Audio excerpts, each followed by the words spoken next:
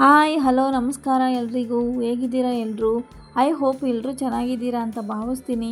ನಾನು ಕೂಡ ಚೆನ್ನಾಗಿದ್ದೀನಿ ಅಂತ ಹೇಳ್ತಾ ಫ್ರೆಂಡ್ಸ್, ಇವತ್ತು ಈ ವಿಡಿಯೋದಲ್ಲಿ ಮನೆಯ ದುಷ್ಟಶಕ್ತಿಯನ್ನಾಗಲಿ ಕೆಟ್ಟ ಶಕ್ತಿಯನ್ನಾಗಲಿ ನೆಗೆಟಿವ್ ಎನರ್ಜಿ ಆಗಲಿ ಯಾವ ಥರ ನಾವು ಹೊರಗಡೆ ಹಾಕ್ಕೋಬೇಕು, ಇದಕ್ಕೆ ಇಂಥ ಎಲ್ಲ ಸಮಸ್ಯೆಗಳಿಗೆ ನಾವು ಪರಿಹಾರನ ಹೇಗೆ ಮಾಡ್ಕೋಬೇಕು ಅಂತ ಈ ವಿಡಿಯೋದಲ್ಲಿ ಶೇರ್ ಮಾಡಿದ್ದೀನಿ.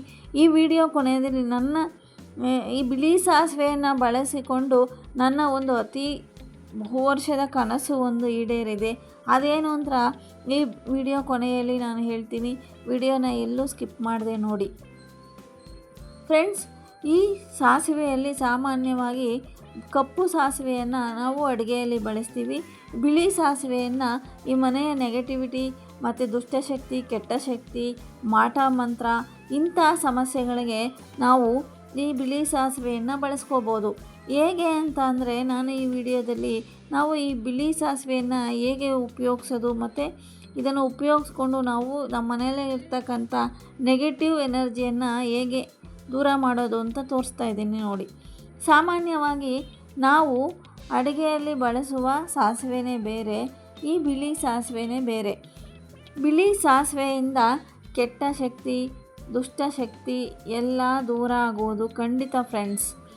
ನಮ್ಮ ಮನೆಯಲ್ಲಿ ಏನಾದರೂ ನೆಗೆಟಿವ್ ಎನರ್ಜಿ ಇದ್ದರೆ ಆ ನೆಗೆಟಿವ್ನ ಹೋಗಲಾಡಿಸಿ ಪಾಸಿಟಿವ್ ಎನರ್ಜಿಯನ್ನು ತುಂಬಿ ಮನೆಯಲ್ಲಿ ಒಂದು ಸುಖ, ಶಾಂತಿ, ನೆಮ್ಮದಿ ಬರುವುದು ಖಂಡಿತ. ಅಂದರೆ ಈ ಬಿಳಿ ಸಾಸಿವೆನ ನಾವು ಹೇಗೆಲ್ಲ ಉಪಯೋಗಿಸ್ಕೋಬೋದು ಅಂತ ಈಗ ನೋಡೋಣ. ಈಗ ನಾನು ತಿಳಿಸುವ ರೀತಿಯಲ್ಲಿ ಈ ಬಿಳಿ ಸಾಸಿವೆಯನ್ನು ನಾವು ಬಳಸಬೇಕು. ಸಾಮಾನ್ಯವಾಗಿ ನಾವು ಪ್ರತಿದಿನ ಸಾಂಬ್ರಾಣಿ ಧೂಪ ಹಾಕೋದು ಸರ್ವೇ ಸಾಮಾನ್ಯ. ಕೆಲವರು ದಿವಸ ಹಾಕ್ತಾರೆ, ಇನ್ನು ಕೆಲವರು ವಾರದಲ್ಲಿ 1-2 ಸಾರಿ ಕೂಡ ಹಾಕೋದು ರೂಢಿಯಾಗಿರುತ್ತೆ. ಆ ಧೂಪ ಹಾಕೋದು ತುಂಬ ಒಳ್ಳೆಯದು ಅಂತಲೇ ಹೇಳ್ಬೋದು. ಈಗ ನಾವು ಈ ಬಿಳಿ ಸಾಸಿವೆಯನ್ನು ನಾವು ಪ್ರತಿದಿನ ಬಳಸುವ ಧೂಪಕ್ಕೆ ಹಾಕಿ ಆ ಧೂಪವನ್ನು ಒಳಗಡೆಯಿಂದ ಹೊರಗಡೆವರೆಗೂ ಮನೆಯೆಲ್ಲ ಧೂಪವನ್ನು ಹಾಕಿ ಮೇಯ್ನಾಗಿ ಒಳಗಡೆಯಿಂದ ಈ ಧೂಪವನ್ನು ಹಾಕ್ಕೊಂಡು ಬಂದು ಮುಖ್ಯ ದ್ವಾರದಿಂದ ಹೊರಗಡೆ ಹಾಕಬೇಕಾಗುತ್ತೆ. ಆಗ ನಮ್ಮ ಮನೆಯಲ್ಲಿರ್ತಕ್ಕಂಥ ನೆಗೆಟಿವಿಟಿ, ಮಾಟ ಮಂತ್ರ, ಕೆಟ್ಟ ದುಷ್ಟಶಕ್ತಿ ಇಂಥ ಯಾವುದಾದ್ರೂ ಸಮಸ್ಯೆ ಇದ್ದರೆ ಅದು ಹೊರಗಡೆ ಹೋಗೋದಕ್ಕೆ ಸಾಧ್ಯ ಆಗುತ್ತೆ. ಗಮನವಿರಲಿ, ಈ ಧೂಪ ಹಾಕಬೇಕಾದ್ರೆ ದಯವಿಟ್ಟು ಕಿಟಕಿ ಬಾಗಿಲುಗಳನ್ನು ತೆರೆದಿಡಬೇಕು. ಇನ್ನು ಇದನ್ನು ಯಾವ ದಿನ ಪ್ರಾರಂಭ ಮಾಡಬೇಕು ಅಂತ ನೀವು ಕೇಳಿದ್ರೆ, ಇದನ್ನು ಭಾನುವಾರಗಳ ದಿನ ಪ್ರಾರಂಭ ಮಾಡುವುದು ತುಂಬ ಒಳ್ಳೆಯದು. ಇದು ಭಾನುವಾರ ಪ್ರಾರಂಭಿಸಿ 48 ದಿನಗಳ ಕಾಲ ದಿನ ಸಂಜೆ ಈ ಧೂಪವನ್ನು ನಾವು ಹಾಕ್ತಾ ಬಂದಿದೆ ಆದರೆ ಆವಾಗ ಎಂಥ ಅದ್ಭುತ ನಡೆಯುತ್ತೆ ಅಂತ ನೀವೇ ನೋಡ್ತೀರಾ.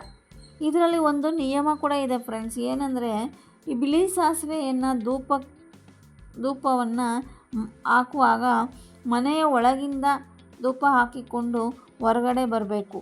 ಆವಾಗ ನಾನು ಹೇಳ್ದಂಗೆ ಕಿಟಕಿ ಬಾಗಿಲುಗಳನ್ನು ತೆರೆದಿಡಬೇಕು. ಆಗ ನಿಮ್ಮ ಯಾವುದೇ ನೆಗೆಟಿವ್ ಎನರ್ಜಿ ಇದ್ದರೂ ಕೂಡ ಹೊರಗಡೆ ಹೋಗೋಕ್ಕೆ ಸಾಧ್ಯ ಆಗುತ್ತೆ. ಇನ್ನು ಇದನ್ನು ಭಾನುವಾರ ಪ್ರಾರಂಭಿಸಿ 48 ದಿನ ಮಾಡೋದು ಒಳ್ಳೆಯದು ಅಂತ ಹೇಳಿದೆ. ಆದರೆ ಕೆಲವರಿಗೆ ಆ 48 ದಿನ ಆದ ಮೇಲೆ ಇದನ್ನು ಮಾಡಬೇಕಾ ಬೇಡವಾ ಅಥವಾ ದಿನ ಮಾಡಬೇಕಾ ಅಂತ ಪ್ರಶ್ನೆ ಮೂಡ್ಬೋದು. ನಿಮಗೆ ಟೈಮ್ ಇದ್ದರೆ ಪ್ರತಿದಿನ ಧೂಪ ಹಾಕುವುದು ತುಂಬ ಒಳ್ಳೆಯದು. ನಿಮಗೆ ಟೈಮ್ ಇಲ್ಲ ಅಂತಂದರೆ ವಾರದಲ್ಲಿ ಭಾನುವಾರ ದಿವಸ ಈ ಧೂಪವನ್ನು ಹಾಕಿಕೊಳ್ಳುವುದು ನಿಮ್ಮ ಮನೆಯ ಶ್ರೇಯಸ್ಸಿಗೆ, ನಿಮ್ಮ ಮನೆಯ ನೆಗೆಟಿವಿಟಿ ಹೋಗಿ ಪಾಸಿಟಿವಿಟಿ ಬರೋದಕ್ಕೆ ತುಂಬ ಒಳ್ಳೆಯದಾಗುತ್ತೆ. ಇನ್ನೊಂದು ಇದರಲ್ಲಿ ನಿಯಮ ಏನಿದೆ ಅಂದರೆ, ಈ ಬಿಳಿ ಸಾಸಿವೆಯನ್ನು ಧೂಪಕ್ಕೆ ಹಾಕಿದಾಗ ಅದು ಸಿಡಿಯುತ್ತೆ. ಹಾಗಾಗಿ ಮನೆಯಲ್ಲಿ ಏನಾದರೂ ಸಣ್ಣ ಪುಟ್ಟ ಮಕ್ಕಳಿದ್ದರೆ ಜೋಪಾನವಾಗಿರಿ. ಮಕ್ಕಳಿಂದ ದೂರ ಬಂದು ಧೂಪಕ್ಕೆ ಬಿಳಿ ಸಾಸಿವೆ ಹಾಕುವುದು ಒಳಿತು. ಆಗ ಯಾವುದೇ ಕಡೆಯಿಂದ ಕೆಟ್ಟ ದೃಷ್ಟಿ ನೋಡಲು ಆಗುವುದಿಲ್ಲ. ನಿಮಗೆ ಮಾಟ ಮಂತ್ರ ಆಗಲಿ, ಕೆಟ್ಟ ದೃಷ್ಟಿ ಆಗಲಿ, ನೆಗೆಟಿವಿಟಿ ಆಗಲಿ ಯಾವುದೇ ಕಡೆಯಿಂದ ಬಂದರೂ ಅದು ನಿಮ್ಮ ಮನೆಗಾಗಲಿ ನಿಮಗಾಗಲಿ ಏನೂ ಮಾಡಲು ಸಾಧ್ಯವಾಗುವುದಿಲ್ಲ ಫ್ರೆಂಡ್ಸ್. ಇದು ನಮ್ಮ ಮನೆಯಲ್ಲಿರ್ತಕ್ಕಂಥ ಕೆಟ್ಟ ಶಕ್ತಿ, ಕೆಟ್ಟ ದೃಷ್ಟಿ, ನೆಗೆಟಿವ್ ತೆಗೆಯೋದಕ್ಕೆ ಏನು ಮಾಡಬೇಕು ಅಂತ ತಿಳ್ಕೊಂಡ್ವಿ. ಇದೇ ಬಿಳಿ ಸಾಸಿವೆಯನ್ನು ಬಳಸ್ಕೊಂಡು ನಾವು ನಮಗೆ ತುಂಬ ಈಗ ನಮಗೆಲ್ಲ ನಮಗೊಂದು ಸ್ವಂತ ಮನೆ ಇರಬೇಕು, ಪುಟ್ಟದಾದೊಂದು ನಮ್ಮದೇ ಆದ ಒಂದು ಗೂಡಿರಬೇಕು ಅಂತ ಎಲ್ರಿಗೂ ಬಯಕೆ ಇರೋದು, ಆಸೆ ಇರೋದು ಖಂಡಿತ ತಪ್ಪಲ್ಲ. ಈ ಆಸೆ ನನಗೂ ಹೊರ್ತಾಗಿರಲಿಲ್ಲ. ಏನೆಂದರೆ ನಾವು ಮಿಡ್ಲ್ ಕ್ಲಾಸ್ ಜನ ನಮ್ಮ ಒಂದು ಮನೆ ಸ್ವಂತವಾಗಿ ಕಟ್ಟಿಸ್ಕೊಳ್ಳೋದು ಒಂದು ದುಬಾರಿ ಆಗಿರುತ್ತೆ ಅಂತಲೇ ಹೇಳ್ಬೋದು. ಅಂದರೆ ಎಲ್ಲರಿಗೂ ಈ ಸ್ವಂತ ಮನೆಯ ಕನಸು ನನಸಾಗುವುದಿಲ್ಲ. ಆಗಿದ್ದಾಗ ನನಗೆ ಒಬ್ಬರು ಜ್ಯೋತಿಷಿ ಬಳಿ ಹೋದಾಗ ನಾನು ಕೇಳಿದೆ, ನಮಗೆ ಒಂದು ಸ್ವಂತ ಮನೆ ಯೋಗ ಇದೆಯಾ ಇಲ್ವಾ ಸ್ವಾಮಿ ಅಂತ ಕೇಳಿದಾಗ ಅವರು ನನಗೆ ಈ ಬಿಳಿ ಸಾಸಿವೆಯ ಒಂದು ಸೀಕ್ರೆಟನ್ನು ಬಿಚ್ಚಿಟ್ರು. ಏನಪ್ಪ ಅಂದರೆ, ಈ ಬಿಳಿ ಸಾಸಿವೆಯನ್ನು ಯಾರು ದೇವರ ಮನೆಯಲ್ಲಿ ಒಂದು ಗಾಜಿನ ಬಟ್ಟಲಿನಲ್ಲಿ ಇಟ್ಟು ಪ್ರತಿದಿನ ದೇವರಿಗೆ ಪೂಜೆ ಮಾಡಬೇಕಾದ್ರೆ ಇದಕ್ಕೂ ಪೂಜೆ ಮಾಡಿ, ಅಮ್ಮ ನಮಗೆ ಒಂದು ಪುಟ್ಟದಾದ ನಮ್ಮದೇ ಆದ ಒಂದು ಸ್ವಂತ ಮನೆ ಆಗಬೇಕು, ಅದರಲ್ಲಿ ನಾವು ಗಂಡ ಮಕ್ಕಳ ಜೊತೆ ಸುಖ ಶಾಂತಿ ನೆಮ್ಮದಿಯಿಂದ ಬಾಳಬೇಕು, ಅದರಿಂದ ಜೀವನ ಮಾಡಬೇಕು ಅಂತ ನಾವು ಪ್ರತಿದಿನ ಬಿಳಿ ಸಾಸಿವೆಗೆ ಒಂದು ಅರಿಶಿನ ಕುಂಕುಮ ಹಾಕಿ ಒಂದು ಹೂವಿಟ್ಟು ದೀಪ ಧೂಪ ನೈವೇದ್ಯ ಮಾಡಿ ಬೇಡ್ಕೊಂಡ್ರೆ ಖಂಡಿತವಾಗ್ಲೂ ನಿಮ್ಮದೇ ಆದ ಒಂದು ಸ್ವಂತ ಮನೆ, ಚಿಕ್ಕದಾದರೂ ಪರವಾಗಿಲ್ಲ, ನಿಮ್ಮದೇ ಆದ ಒಂದು ಸ್ವಂತ ಗೂಡು ಆಗುತ್ತೆ ಅಂತ ನನಗೆ ಹೇಳಿದರು. ಸರಿ ಅಂತ ನಾನು ಆ ಜ್ಯೋತಿಷಿ ಹೇಳಿದ ಮೇಲೆ ವಾಪಸ್ ಮನೆಗೆ ಬಂದು ಸುಮಾರು ದಿನ ಆದರೂ ನಾನು ಈ ಪ್ರಯೋಗನ ಮಾಡಿರಲಿಲ್ಲ. ಏಕೆಂದರೆ ಒಂದು ಬಿಳಿ ಸಾಸಿವೆ ಇಟ್ಟು ಪೂಜೆ ಮಾಡೋದ್ರಿಂದ ನಮಗೆ ಸ್ವಂತ ಮನೆ ಆಗ್ಬಿಡುತ್ತಾ, ಲಕ್ಷಾಂತರ ರೂಪಾಯಿ ದುಡ್ಡು ನಮಗೆ ಹೆಂಗೆ ಬರುತ್ತೆ? ಸಿಂಗಲ್ ರೂಪಾಯಿ ನಮ್ಮ ಕೈಯಲ್ಲಿ ಇಲ್ಲದೆ ಇರುವಾಗ ನಿಜವಾಗ್ಲೂ ಫ್ರೆಂಡ್ಸ್ ಯಾವ ರೀತಿ ಯಾವ್ಯಾವುದು ಎಷ್ಟೋ ದಿನದಿಂದ ಪ್ರಯತ್ನ ಮಾಡ್ತಾ ಇದೆ, ನಮ್ಮ ಪ್ರಾಪರ್ಟಿಗಳು ಸೇಲ್ ಆದವು, ಮತ್ತು ನಮಗೆ ಒಂದು ಪುಟ್ಟದಾದ ಒಂದು ಮನೆಯೂ ಕೂಡ ಆಯಿತು ಫ್ರೆಂಡ್ಸ್. ಹೀಗೆ ನಾನು ಅಪನಂಬಿಕೆಯಿಂದ ಸುಮ್ಮನಾಗ್ಬಿಟ್ಟಿದೆ. ಇನ್ನೊಂದು ದಿನ ಇದೇ ಒಂದು ಯೂಟ್ಯೂಬಲ್ಲಿ ನಾನು ಒಂದು ವಿಡಿಯೋ ನೋಡ್ತಾ ಇರಬೇಕಾದ್ರೆ ಈ ಬಿಳಿ ಸಾಸಿವೆ ಬಗ್ಗೆ ಒಂದು ವಿಡಿಯೋ ನೋಟಿಫಿಕೇಷನ್ ಬಂತು ನನಗೆ. ಆ ವಿಡಿಯೋನ ಓಪನ್ ನೋಡಿದಾಗ ಅಲ್ಲೂ ಸಹ ನೀವು ಸ್ವಂತ ಮನೆ ಕಟ್ಟಬೇಕು ಅಂತ ಇದ್ದೀರಾ, ಹಾಗಾದರೆ ಬಿಳಿ ಸಾಸಿವೆ ಇಟ್ಟು ಪೂಜೆ ಮಾಡಿ ನೋಡಿ, ನಿಮ್ಮ ಸ್ವಂತ ಮನೆ ಖಂಡಿತವಾಗಲೂ ನಿಮ್ಮ ಸ್ವಂತ ಮನೆಯ ಕನಸು ನನಸಾಗುತ್ತದೆ ಅಂತ ಹೇಳಿದರು. ನನಗೆ ಅವತ್ತು ನಮಗೆ ಗುರೂಜಿ ಹೇಳಿದ್ದು ಇಲ್ಲಿ ಈ ವಿಡಿಯೋದಲ್ಲಿ ಹೇಳ್ತಾ ಇರೋದು. ಹೌದಲ್ವ, ನಾನು ಯಾಕೆ ಪ್ರಯತ್ನ ಪಡಬಾರ್ದು, ನಾನು ಇಷ್ಟು ದಿನ ಯಾಕೆ ಸುಮ್ಮನೆ ಇದ್ದೀನಿ, ನೋಡೋಣ ಅದನ್ನು ಒಂದು ತಗೊಂಬಂದಿಟ್ಟು ಪೂಜೆ ಮಾಡಿ ನೋಡೋಣ ಅಂತ ನಾನು ನಿಮಗೆ ಒಂದು ಗ್ರಂಥಿಗೆ ಅಂಗಡಿಯಲ್ಲಿ ಹೋದೆ ಬರೀ 100 ಗ್ರಾಮು ಬಿಳಿ ಸಾಸಿವೆ ತೊಗೊಂಡು ಬಂದೆ ಫ್ರೆಂಡ್ಸ್. ಆದರೆ ನನ್ನ ಮೈಂಡಲ್ಲಿ ಏನಿತ್ತು, ಇದನ್ನು ಒಂದು ಪೌರ್ಣಮಿ ಅಥವಾ ಅಮಾವಾಸ್ಯೆ ದಿನ ಮನೆಗೆ ತಂದಿಟ್ಟರೆ ಇನ್ನೂ ಒಳ್ಳೆಯದಾಗುತ್ತೇನೋ ಅಂತ ನನ್ನ ಮೈಂಡಲ್ಲಿತ್ತು. ಆವಾಗ ನಾನು ಒಂದು ಅಮಾವಾಸ್ಯೆ ಬರೋವರೆಗೂ ಕಾಯ್ದು ಒಂದು ಅಮಾವಾಸ್ಯೆ ಭಾನುವಾರ ನಾನು ಒಂದು 100 ಗ್ರಾಮ್ ಗ್ರಂಥಿಗೆ ಅಂಗಡಿಯಲ್ಲಿ ಹೋಗಿ ಬಿಳಿ ಸಾಸಿವೆಯನ್ನು ತೊಗೊಂಡು ಬಂದು ಇಟ್ಟು ಪೂಜೆ ಮಾಡೋಕ್ಕೆ ಸ್ಟಾರ್ಟ್ ಮಾಡಿದೆ. ಹಾಗೆ ನಮ್ಮ ಮನೆಯವ್ರಿಗೂ ಕೂಡ ಹೇಳಿದೆ. ಅವರು ಪ್ರತಿದಿನ ಕೆಲಸಕ್ಕೆ ಹೋಗಬೇಕಾದ್ರೆ ಅದಕ್ಕೆ ಒಂದು ಹೂವು ಇಟ್ಟು ಪೂಜೆ ದೀಪ ಧೂಪ ಊದ್ಗಡ್ಡಿ ಧೂಪ ತೋರಿಸಿ ಕೇಳ್ಕೊಳ್ತಾಯಿದ್ರು. ಹೀಗೆ ಕೇಳ್ಕೊಳ್ಳಿ ಅಂತ ನಾನು ಹೇಳಿದ್ದೆ.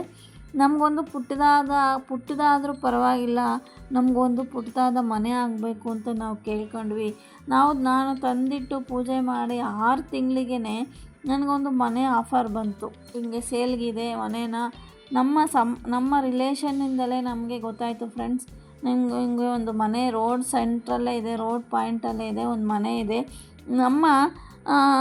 ನಮ್ಮ ದುಡ್ಡು ಅಂದರೆ ನಮಗೆ ಎಷ್ಟು ಆಗುತ್ತೋ ಆ ಬಡ್ಜೆಟಲ್ಲಿ ನಿಮಗೆ ಒಂದು ಮನೆ ಸಿಗ್ತಾಯಿದೆ, ತಗೊಳ್ತೀರಾ ಅಂತ ಕೇಳಿದ್ರು.